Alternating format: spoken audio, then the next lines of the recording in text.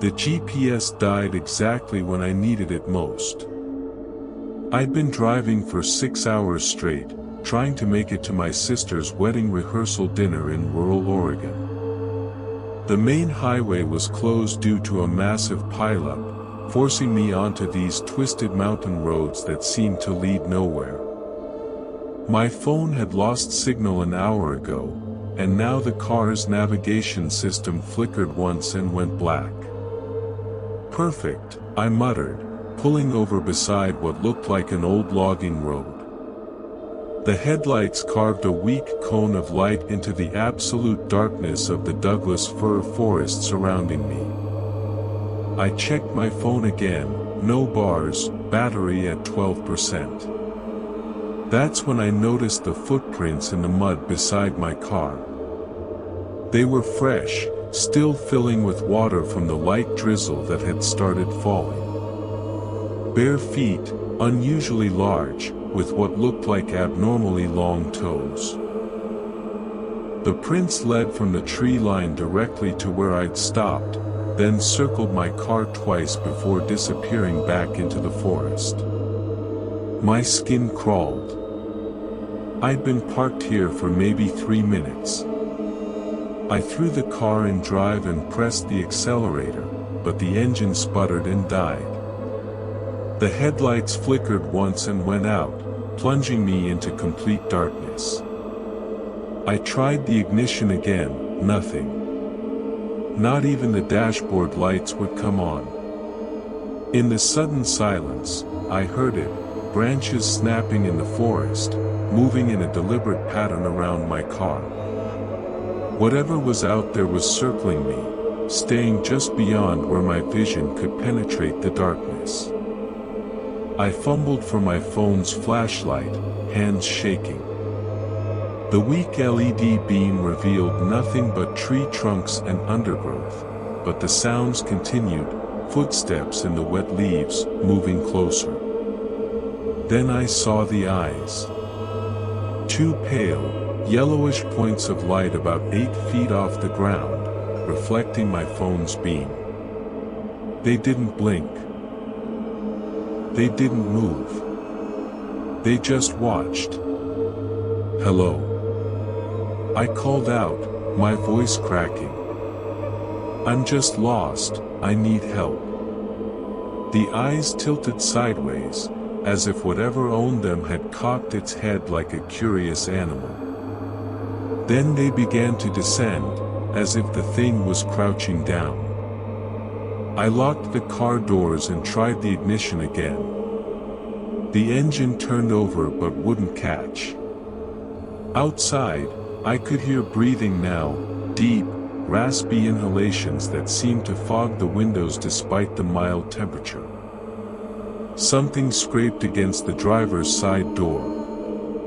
Long, deliberate scratches, like fingernails on metal.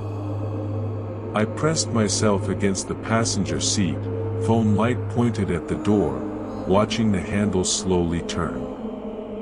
The scratching moved to the back of the car, then the other side. It was testing every door, every window, looking for a way in. When it reached the windshield, I finally saw what was hunting me. A face pressed against the glass, pale, gaunt, with skin that looked almost translucent in the phone's light. But it was the mouth that made me scream. It opened far too wide, revealing rows of sharp, yellowed teeth, and that's when I realized what I was looking at wasn't entirely human. The thing smiled at my terror, its elongated fingers splayed against the windshield. Then it began to push, and I watched in horror as hairline cracks started spreading across the glass. I threw myself at the ignition one more time, turning the key so hard I was afraid it would break. The engine roared to life, headlights blazing. The creature recoiled from the sudden light, letting out a shriek that sounded like metal scraping against bone. I floored the accelerator, feeling the thing slide off the hood as I sped down the dark road. In the rearview mirror, I could see it standing in the road behind me, impossibly tall now, watching me flee.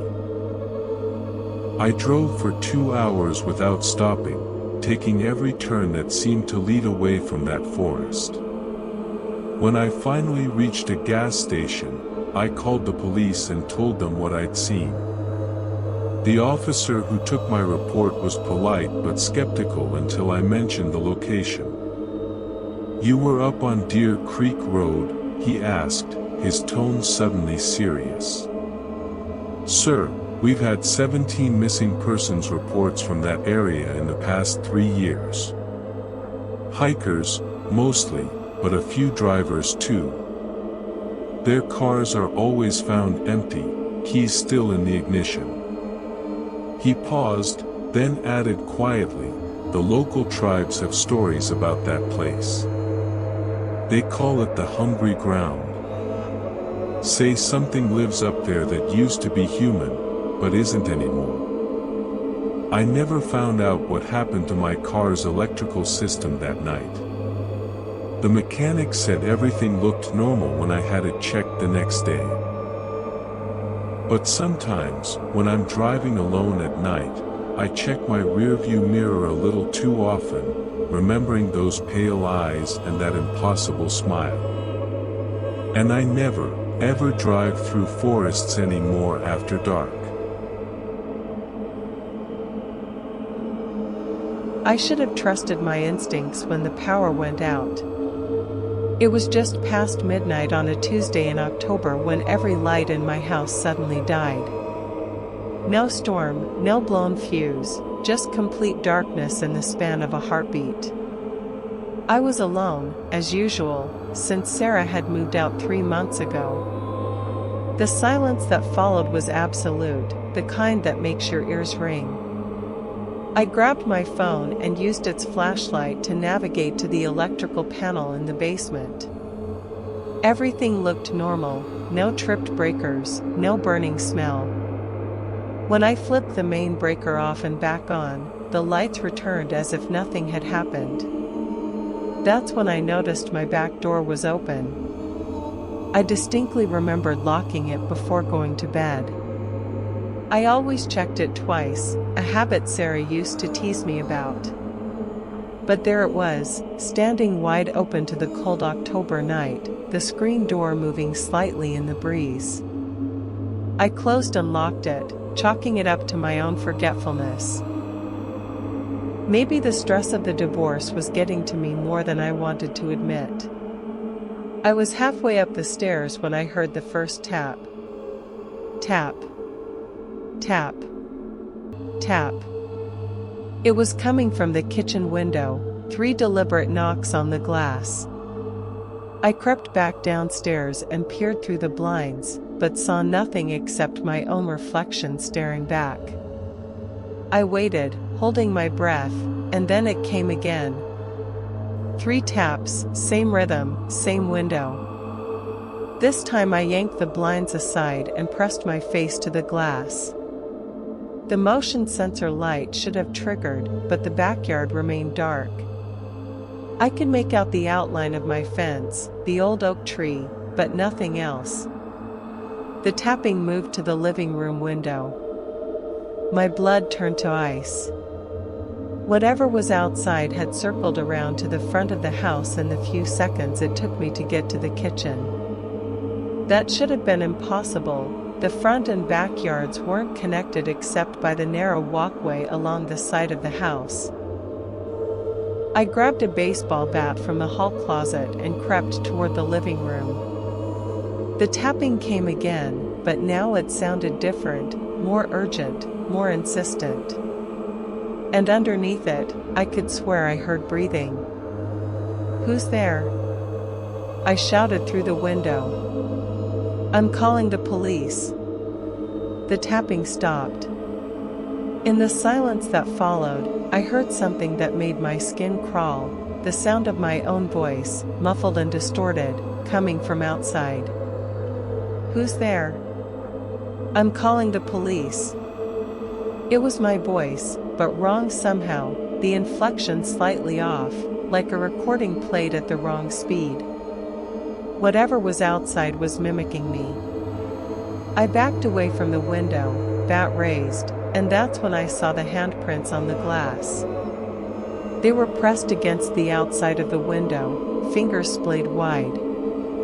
But they were wrong, too long, with too many joints, like someone had tried to draw hands from memory and gotten the proportions all wrong. The handprints began to slide down the glass with a wet, squeaking sound. I ran to the kitchen and grabbed my phone, dialing 911 with shaking fingers. The call went straight to a busy signal. I tried again, same thing.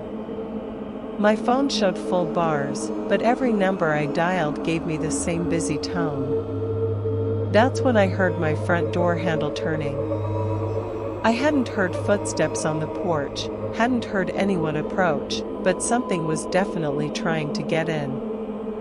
The deadbolt held, but the handle kept turning, back and forth, with mechanical persistence. I crept to the front door and looked through the peephole. Nothing. Just my empty porch and the street beyond, illuminated by the distant streetlight. But the handle was still moving. "Go away!" I yelled. "I have a gun." The handle stopped turning. In the silence that followed, I heard my own voice again, coming from directly outside the door. "Go away! I have a gun." But this time, it was followed by something else, a sound like laughter, but wet and bubbling, as if someone were laughing underwater.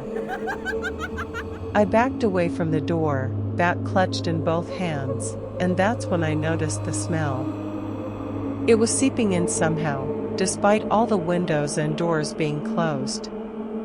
The smell of something dead, something that had been rotting in wet earth for a very long time. The laughter stopped, and I heard new sounds, scratching, like fingernails on wood, coming from multiple directions at once. Something was at the front door, something else at the back door, and a third presence at the basement door that led outside. They were coordinated, whatever they were. Testing every entrance, looking for the weakest point.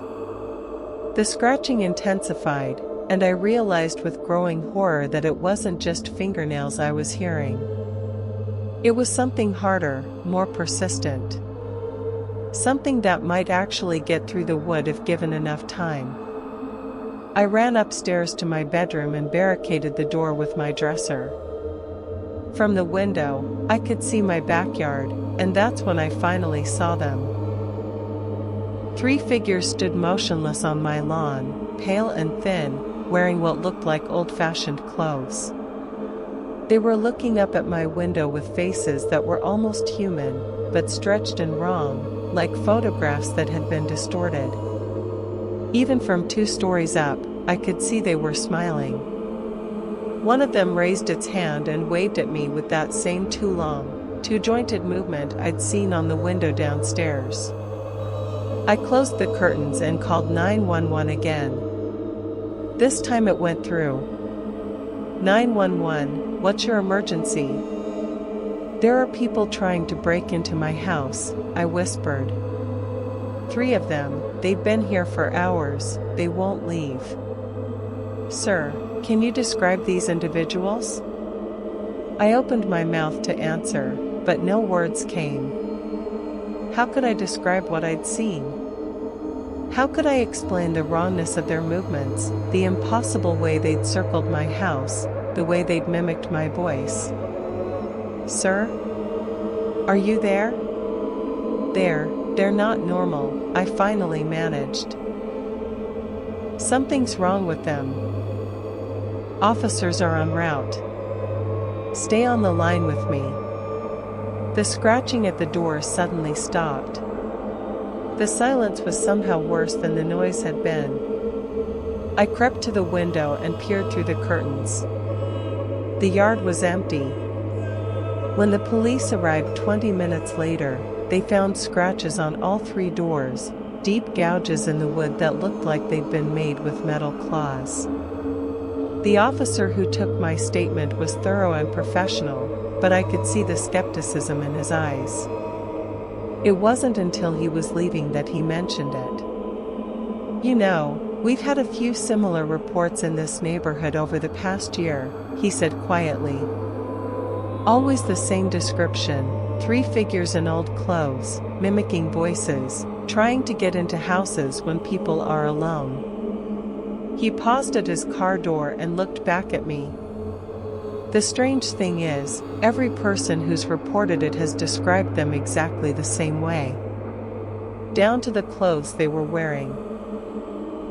After he left, I packed a bag and drove to a motel. I haven't spent a night alone in that house since. I'm not sure I ever will again.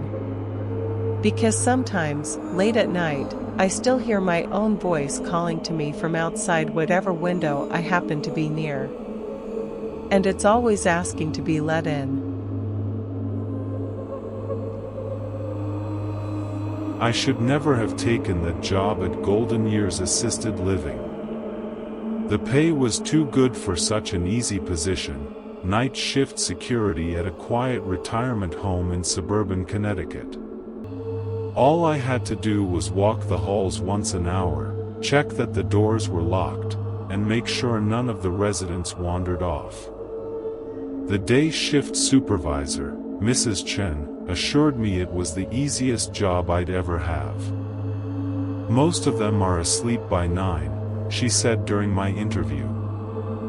"You'll barely see anyone except maybe Mr. Hofstein, he's an insomniac.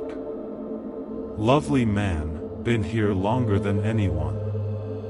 What she didn't mention was why the position had been vacant for 6 months, or why they were so desperate to fill it that they hired me on the spot. My first week was exactly as advertised. The residents were quiet, polite, and mostly kept to themselves. During my midnight rounds, I'd occasionally see someone reading in their room or watching late-night television, but they'd always wave pleasantly and return to what they were doing. It was Mr. Hofstein who first made me uncomfortable. I found him in the common room on my second Thursday, sitting in his wheelchair by the large picture window that overlooked the parking lot. He was completely motionless, hands folded in his lap, staring out at the empty lot with an intensity that seemed wrong for someone his age. "Can't sleep again, Mr. Hofstein?" I asked, trying to keep my voice cheerful. He turned to look at me, and I was struck by how alert his eyes were. Most of the residents had that slightly clouded look that comes with age and medication, but Mr. Hofstein's eyes were sharp, predatory. "I'm waiting," he said in a voice much stronger than his frail appearance suggested. "Waiting for what?" He smiled, revealing teeth that seemed too white, too perfect for someone in their 90s. "For you to understand." Before I could ask what he meant, he turned back to the window. I finished my rounds feeling unsettled, but chalked it up to the general eeriness of being alone in a building full of sleeping elderly people. The next night, I found 3 more residents in the common room. Mrs. Patterson, Mr. Kovac, and Ms. Rodriguez were all sitting in chairs arranged in a perfect circle, hands folded identically to how Mr. Hofstein had positioned his. They weren't talking, weren't moving, just sitting there in complete silence, staring at the center of their circle. "Is everything all right?" I asked. 4 heads turned toward me in perfect unison, and I felt my stomach drop.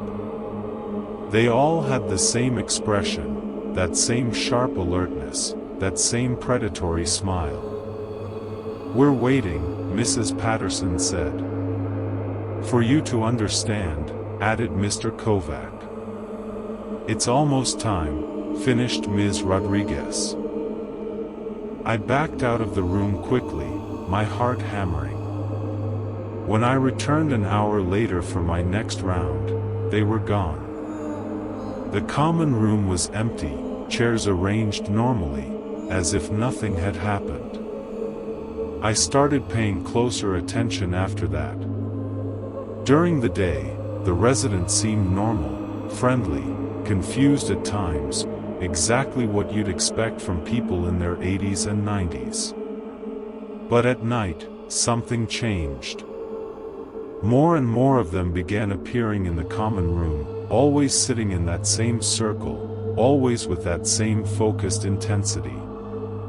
By my third week, nearly a dozen residents were participating in these midnight gatherings. I started timing my rounds to avoid them, but they seemed to know my schedule. No matter when I entered the common room, they were waiting. Soon, Mr. Hofstein told me one night when I couldn't avoid them any longer. Very soon now.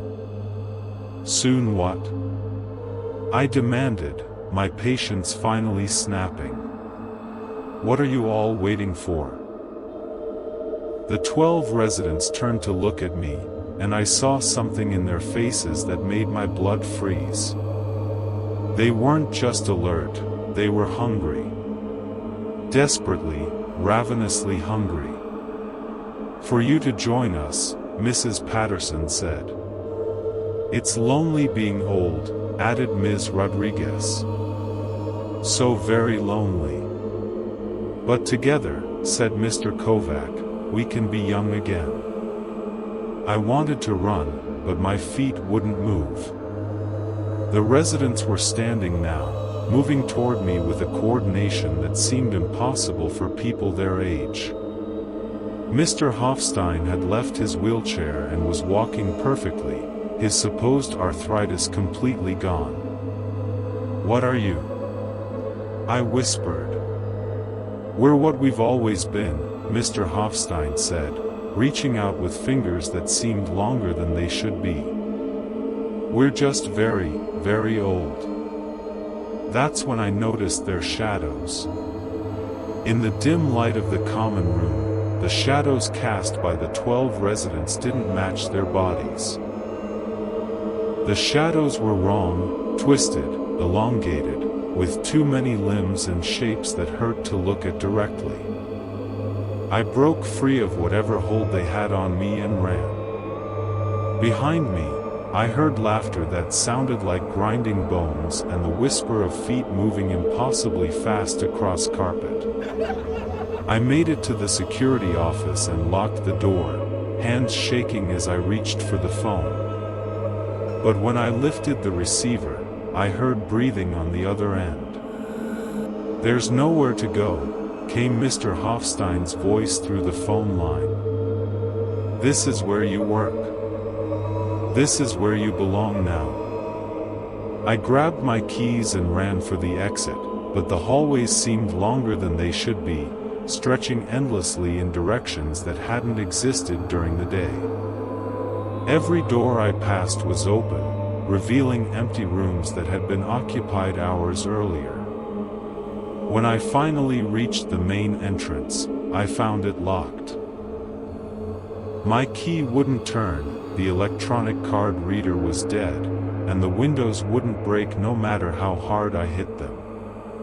I was trapped. I heard them coming down the hallway, not the slow shuffle of elderly people, but the quick, purposeful steps of predators who had cornered their prey. I hid in a supply closet and listened as they searched for me, calling my name in voices that were no longer entirely human. David, they called. David, come out. We just want to talk. We have so much to show you, added another voice. So much to share.